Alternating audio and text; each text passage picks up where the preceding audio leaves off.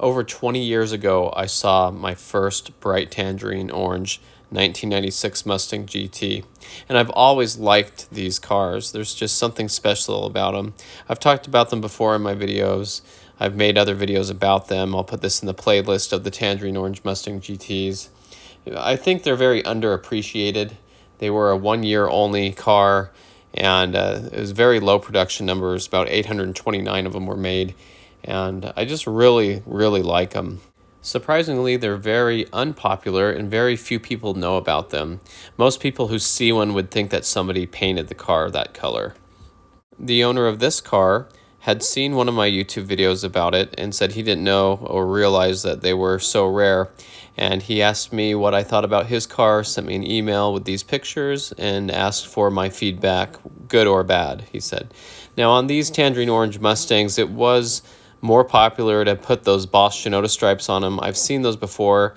The Boss Shinoda package would have had wheel flares. That's usually the first thing I look at to see if it was a real Shinoda package car, because those wheel flares aren't very common. But a lot of guys like to put those Boss stripes on, and you know, they look all right. That was before Ford came out with the Boss 302 again in 2012. So there really wasn't anything about the Boss for a long time in Ford's history, and so people thought it would be cool to add those. And so I don't think the stripes look too bad, but everything else on the car is something that I would not choose to do with a car. A lot of times with Mustangs, I look at them and I see the modifications people do, and to myself, I think that the car would have been better without them. I think most Mustangs would benefit from being lowered a little bit, have a louder exhaust, and if it's a stick shift, at least a short shifter. And those are the things that I think are things that should be done to most Mustangs, because they had to leave the factory without those things to make most people happy. It has to be a car that any person at any age could buy and drive off the lot without it being too loud or too low. And so those are the basic things that I think that a lot of Mustangs could benefit from. But in this case, the body kit I do not like, the window louvers I don't like, the spoiler don't really care for. I like the Celine style better, and so I like the original wheels it had on it too. And so there's just a lot of things that people do to cars that I wouldn't do, and that was my opinion. He asked what I thought, good or bad, and so I really like the way these cars looked originally with the original wheels on them and everything. So nice car though. I like the interior. It looks good. It's not really modified much. I like the cloth seats. I think those are very comfortable. I also very much dislike the one-piece headlights or the halo headlights like these. I think they never fit right and they just look awkward. The original headlights look so much better. They look clean. They look the way the car should be with them when you have the two-piece like that. Even the reflector's okay. They do have kind of a matrix look on them originally, and the Cobras had clear ones. I actually put the clear ones on my 97, and I had the clear corners, which looked the same as the normal Mustang. It just didn't have the orange reflector. They weren't transparent clear, they were just translucent. And my 98 Cobra had the original headlights in there. And so if you look at what the Cobras came with, that is my favorite option, I would say, for headlights, and I don't think it looks any better than that. This is how I like the car to look, more just like the original wheels, and just kind of the look of what the car looked like from the factory. Now this one has stripes and a sunroof. I do not like either of those things added as well. So on this particular car, I wish they would have left it alone. A lot of times people will paint on the stripes, or the stripes leave behind fade marks and things that can't be reversed. So I would prefer not having the stripes on it, although the one that I liked in my neighborhood had some C stripes around it, and just because that car was special to me, I thought it was all right. But you know, this is just another 96 Tangerine Orange GT I had come across, and then I found more pictures of it online, so I wanted to include it in this video. This is a leather seat car, automatic, black interior. The other ones had a white interior option or a gray and black option, so I like the all black. This is more like the one that was in my neighborhood when I was growing up that I really liked. The one in my neighborhood was a manual transmission car, so this is very similar. But a really cool car. I love black interior. I think it's really muscle car like. But again, not a fan of the sunroof. I kind of cringe to think somebody cut a hole in the roof of a car. And that's just my opinion. But these cars will run for a very long time. If you've seen the previous videos, I actually have a friend who has one of these bright tangerine orange GTs with almost 500,000 miles on it. So that just shows how reliable these cars can be. And so these will last just the way they are, factory like this. If you find one that's not modified, I think they'll last for an extremely long time. This one did look pretty clean. There's the trunk inside with the Mach 460 amps on the sides, you can see up there. And it was cool to see the original window sticker and some booklets and thing that car had for sale. And so looking through the listing, that was a listing for a car, that hardtop with a sunroof. It's kind of cool to see all this. Had 124,000 miles. It looked great for the mileage, and I think it'll last a very long time as well, but that was a very old listing. Here is one with a convertible top. Most of them had the white convertible top. One person did comment on the channel and say they had one they ordered with a black top, and so it's pretty rare to find one with a black top. Now, a convertible top can be replaced over the years, and it needs to be replaced a lot of the times, so people might choose to go a different color with it. So sometimes it's hard to know if it came that way or not, but I do have verification from one person that they did order theirs with a black top, and this might even be their car. I had a picture of it on my other YouTube channel in a driveway, kind of an aerial shot of it, but kind of cool to see. There was one here in town that had a white convertible top, and they tried to dye the top black, and you could see the white showing through, and it was pretty ugly. This one has the white interior, which leads me to believe it might have had the white top, unless this is that one car that was ordered that way. The white interior looks very interesting, especially on the dashboard. And there were some other Mustangs made that year that had the white interior, so this wasn't specific to the 96 Tangerine Orange GTs, but it was a pretty rare option. You didn't see it very much. And I remember as a kid looking in one of these that was parked in my neighborhood. They'd leave the top down and go and talk with their friends inside a house down the street, a nice older couple. And I remember looking and seeing the white interior, and that's something you just don't forget because it's so interesting. This one does not have the Mach audio system, so I thought that was pretty interesting as well. Most convertible GTs were optioned highly, and they had the Mach audio system. But again, the engine bay looks really nice. They came factory with that strut tower bar on the earlier 4.6 Mustangs, and later they removed that mostly for cost savings. Trunk looks really good, but overall, just a really cool looking car. Very fun car. I love those wheels. They were painted that color in 96, and then they changed the wheels again in 97 where they added a polished option, and then 98 had polished without the argent inserts. So that's kind of something I was talking to my brother about recently, but I thought it'd be fun to pull out the brochures and look at each year. You can see these are the gray wheels here, so we're going to see that in these brochures. The left one is 96, the middle is 97, and this far one is 98. So I want to go into a little more detail about the 17-inch wheels that were offered on the Mustang GT. They called them the 17-inch cast aluminum wheels. And in 96, if you look at them, they were painted. They were just a painted color, gray. 97, they were polished, and they had the argent color in the spokes, between the spokes. I know it's difficult to see here, but they were actually polished face with kind of a gray painted inserts. And then in 98, they were all polished with no gray inserts. You can see there how this part of the wheel here doesn't have any paint on it, and so that's kind of interesting that those 3 years they changed it, or the brochures for 96, 97, 98. And so if you look at those, you can tell sometimes what year the Mustang is if it has those 17-inch wheels just by the color options. And I know Mustangs can get their wheels swapped around all the time, but my brother actually bought a set of these the other day, and I said those are 97s because they have the kind of argent gray color in between them. So just something kind of cool to look at. So that was pretty fun to look at. And so now we'll look back at these cars we're going over. You can see what I mean by the wheels and how they actually make quite a difference being all painted like that in gray 96. They stand out. This one only had 47,000 miles on it. Very neat looking car in Tennessee.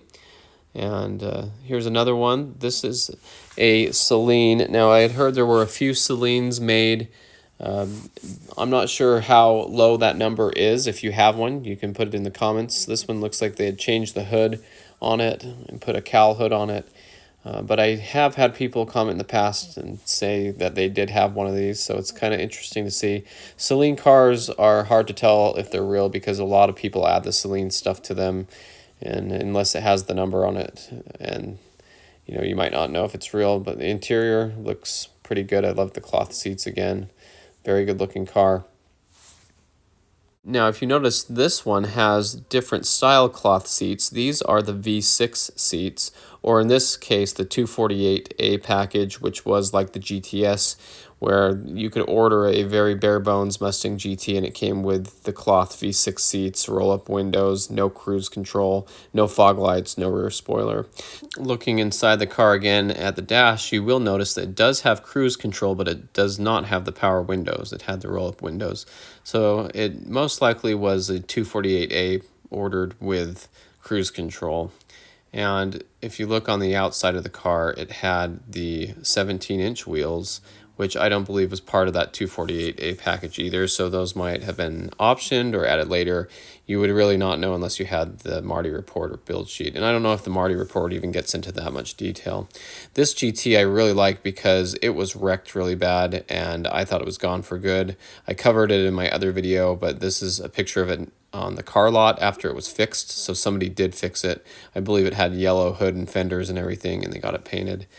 Now here's another convertible, and this one was very interesting because it had higher mileage, had 131,000 miles, and they were asking almost $26,000 for it.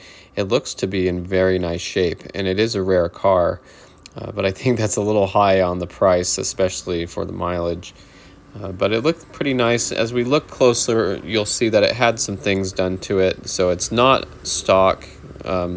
As far as the cosmetics go, the engine looked to be pretty stock, but beautiful example, white interior, white top, convertible with the 17-inch wheels, just like the one that was in my neighborhood. I really like it. I love the taillights on these with the orange. For some reason, that really stands out to me. But this was a good-looking car at a dealership, and at least they were giving it some respect and showing that it was a nice car that was well maintained and well taken care of.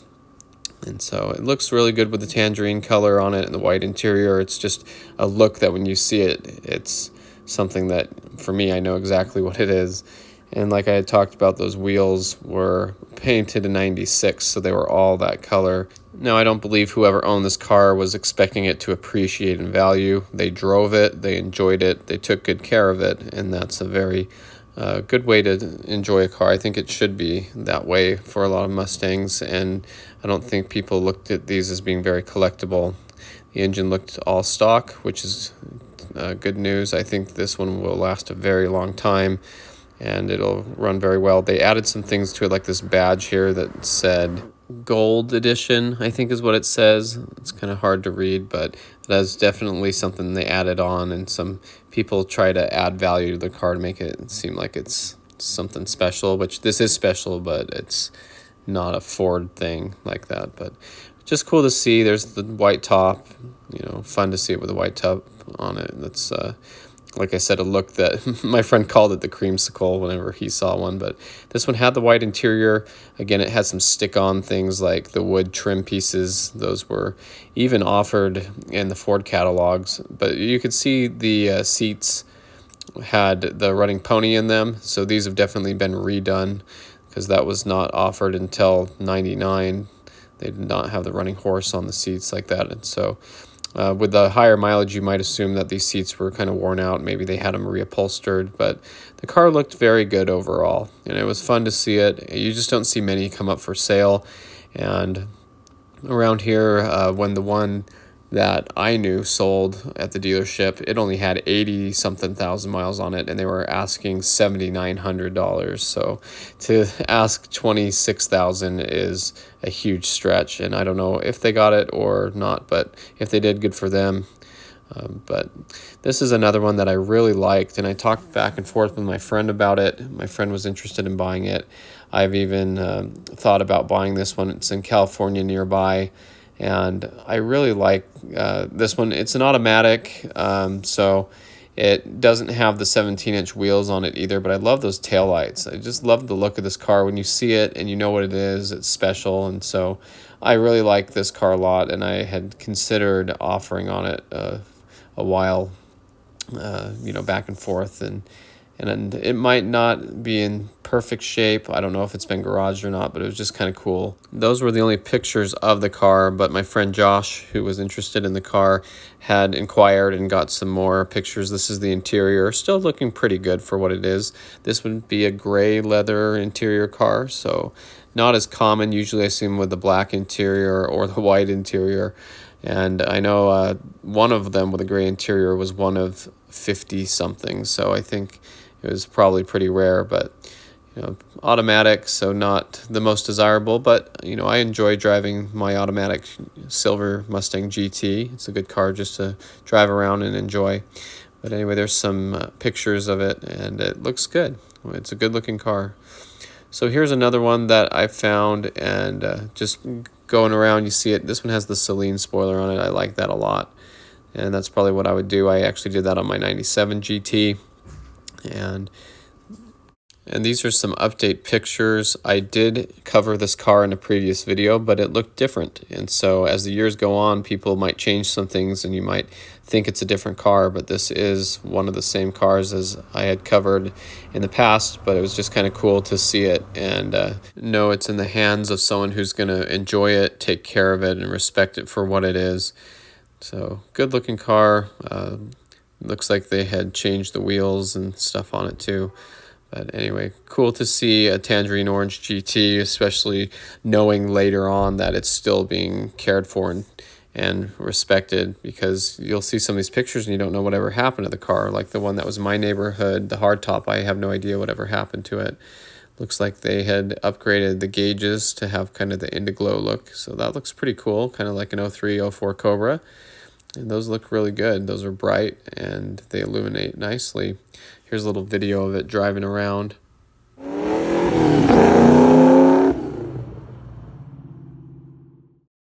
Now, there was a really cool YouTube series I watched of a guy who got this orange Mustang. It was actually, I believe, a friend of his, a lady who bought it, and he was helping her fix it up. And they did a good job cleaning it and taking care of it and respecting it for what it was. And so that was a fun one to watch through, and I enjoyed that. I'll put the link in the description below if you'd like to watch that series. Here's another one with black wheels. You just find them like this sometimes for sale, and that one looks like it's got a dent by the fuel door there, and not in the greatest shape, but it's still cool that it's there. I've seen some in really rough shape, and they're worth bringing back, and sometimes just a paint job and some body work is what it needs. This one, the front bumper was pretty messed up, and that could be replaced very easily. It's the same as a V6 bumper, so it'd be really easy to find one of those and clean it up and get it back up in great shape. But still a cool car. It's fun to see them once in a while, and if I had seen this sitting in an apartment complex like this in my town, I would walk around it and be excited to see it. It's a really cool car. I'm sure it's sold by now, so if you know anything about this car or bought it, then put it in the comments. I love hearing from people who say, hey, that's my car. I did buy that car. I saw it on Craigslist or Facebook or whatever. So here's another one. There's times I come across just a couple pictures like this, and so I just want to get them in the video and add them, because it's not enough to make a video alone about a picture I find. So I just want to compile all these. Here's one that had some hood pins on it, which I really don't like. I hate drilling holes into factory hoods. But it also has like a 94, 95 Cobra rear spoiler. And that might be a car I covered before that had that spoiler on it. And so, again, sometimes things will get changed up and you might find little clues that lead you to know that it's something, the same car, but just different. This one I looked at recently for sale. My brother sent it to me. It has the Shinoda stripes and wheel flares on it, so it might be a Shinoda car, but it has the stripes, the paint's peeling pretty bad. It was in pretty rough shape. I think I actually recognized it from a long time ago when it was for sale for about half the price of what they were asking. And this one had PI heads and a bunch of work done to it, which I can understand. They'd want some money for it because it has a lot of money put into it. But they were also saying that the fourth gear was grinding, like the synchros were going out. And so if you're going to be asking, roughly what you could buy a 99 Cobra or Mach 1 for in the price, like a higher mileage one, but this was having problems with the transmission and everything, I think that's where you should be fair to negotiate it down a little bit. I think they were asking a little much, but that's fine. I'm not going to mention their price or anything. I'll be respectful on that, but I just think that it was a little highly priced for what it was, especially with the roof peeling and everything. Now, something cool, I was actually watching a documentary and they were making the 96 Mustangs and they were going down the assembly line, and in this shot you see just for a split second at the end a Tangerine Orange GT going down the line, so this was made in 96.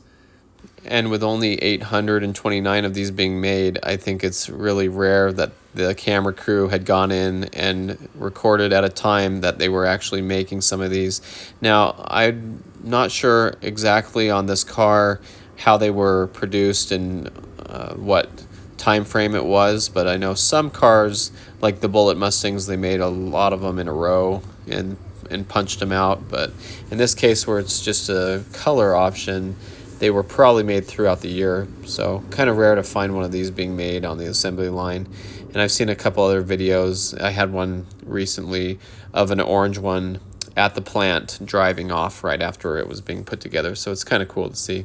But anyway, I just love these cars, and especially when the fall starts coming in and you see that orange color and everything, it brings me back to when I first saw the Tangerine Orange GTs growing up as a kid. So I just really get in the mood when it becomes this time of year and I see these colors and stuff. And I have a Competition Orange '04 Cobra, so I have kind of my orange car right now, but I've always liked these. I think they're very neat. I think they're underappreciated. I don't know how the value will be on these in the future. It's also a matter of desirability. I don't think a lot of people really want to collect the 96 to 98 4.6 Mustangs. I love them a lot. I think they're some of the coolest cars ever made, but I don't think they're really going to be that highly sought after and collectible, but it would be nice if they were. We'll see what happens, only time will tell. But in my opinion, I like these cars a lot better than Fox bodies, and I think if Fox bodies can go up in value, then these should. And unfortunately, it turns into a rarity option, and when these start becoming rare and hard to find and not on the road anymore, that's when they become a little more valuable.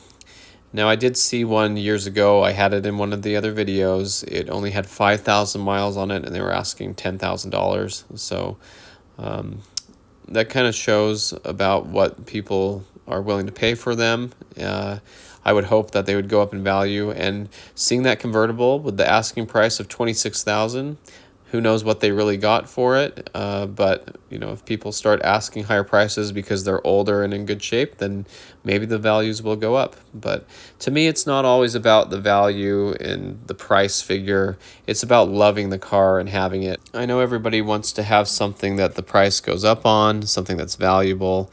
But the fact is, if these go up too much in value, then less people will want to buy one because they'll say it's out of my price range. We should be happy that they're affordable.